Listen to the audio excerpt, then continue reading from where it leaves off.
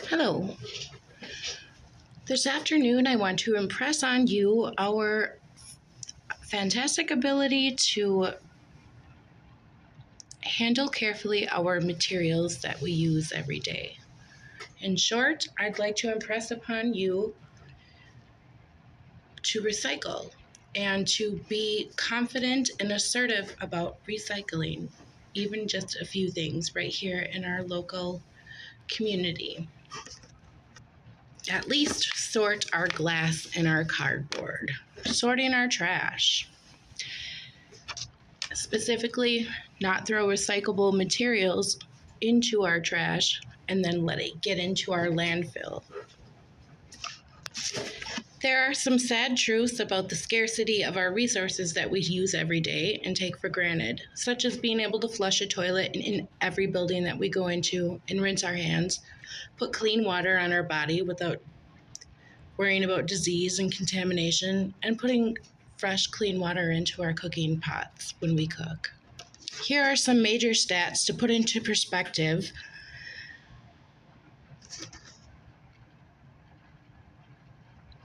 The amount of nature we have to use to produce our resources and what it costs and essentially our livelihoods. So we dig sand to do different things. Some sand is made in the process of making oil in an oil refining process. Sand is made for glass. Sand is made for making cement. Sand is dug from the earth. In certain places, for sand made for building is better than ocean bottom sand and desert sand. So sand is dug up. It's not easily gone after, and it is not in an infinite supply. So here in Minnesota, Stephanie Hempel in St. Paul reports on NPR that digging sand can contaminate our aquifers. Aquifers help keep groundwater clean. And having groundwater available to us is pretty important, and it will not last forever. Of all the water on the globe, 1.2% of it is fresh water available for us to clean, shower, cook, drink, rinse, flush our toilets. It is not a lot. Another serious status about Earth being a supplier of our resources that we use every day, like cardboard made out of tree pulp. Well, in order to get tree pulp, say we're not recycling cardboard and we're making it afresh from virgin material, it has to come from deforestation, and that has to come from timberland resources to chop the trees down to get the tree pulp to make paper and cardboard. Well, timberland resources are not available all over the globe. In our state, only a small percent, just as much as 1.2% in Minnesota, is available for timberland resources, so harvesting the trees to be able to cut them. So there's landowners, there's state parks, there's county parks, there's cities, there's villages.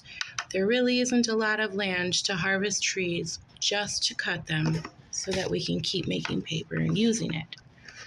It's better if we can recycle our paper, glass, cardboard, and avoid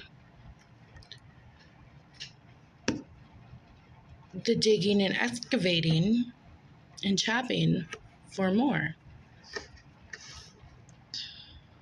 So not all the world is available at an endless supply unless we operate it to be that way as much as we can by our actions. And a lot of our actions in simple forms make a lot of impact. We can put cardboard from our mail or our Amazon packages or wherever we are using cardboard. We can put our cardboard in our back seat. We can put our glass bottles in a bag when we're done with them. our vases, our salsa containers, our glass. We can put them in our back seat and we can drive up to 305 Parkway, Northeast Rochester, very close to our school at RCTC, and we can find containers labeled and sizable enough to put our recyclable materials in. We can take our cardboard from our back seat and go to the cardboard bin and be rid of it and put it in the proper place very simply.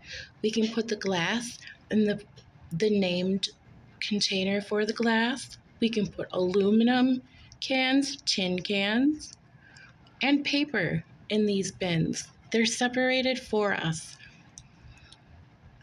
Our Rochester Recycling Center is fantastic and spends time keeping these recyclable materials out of our trash.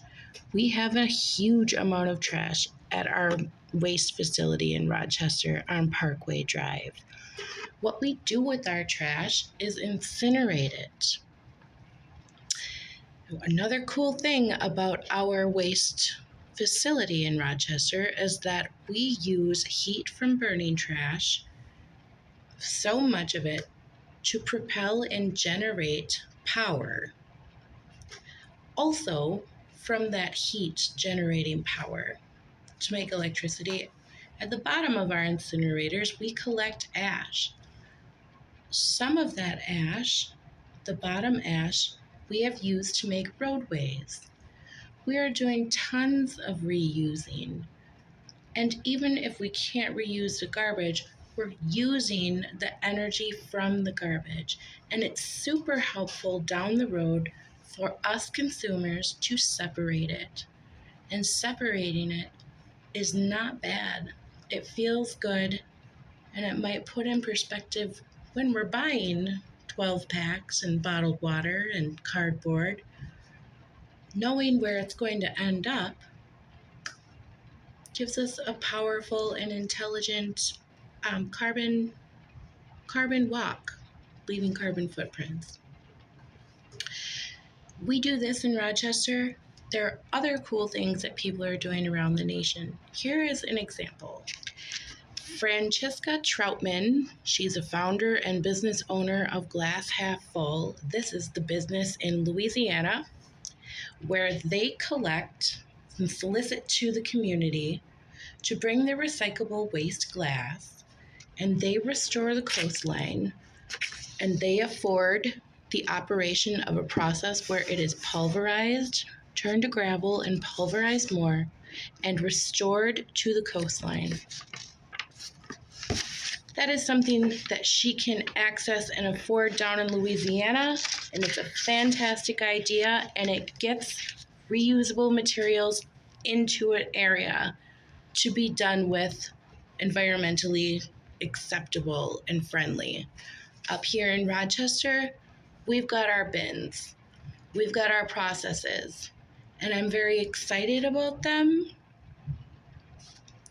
And I'm excited to share with you that it's simple, that you probably may know about it, you probably use it, and I implore us to keep using it, keep sharing with others. Our recycling center, honestly, use your back seat.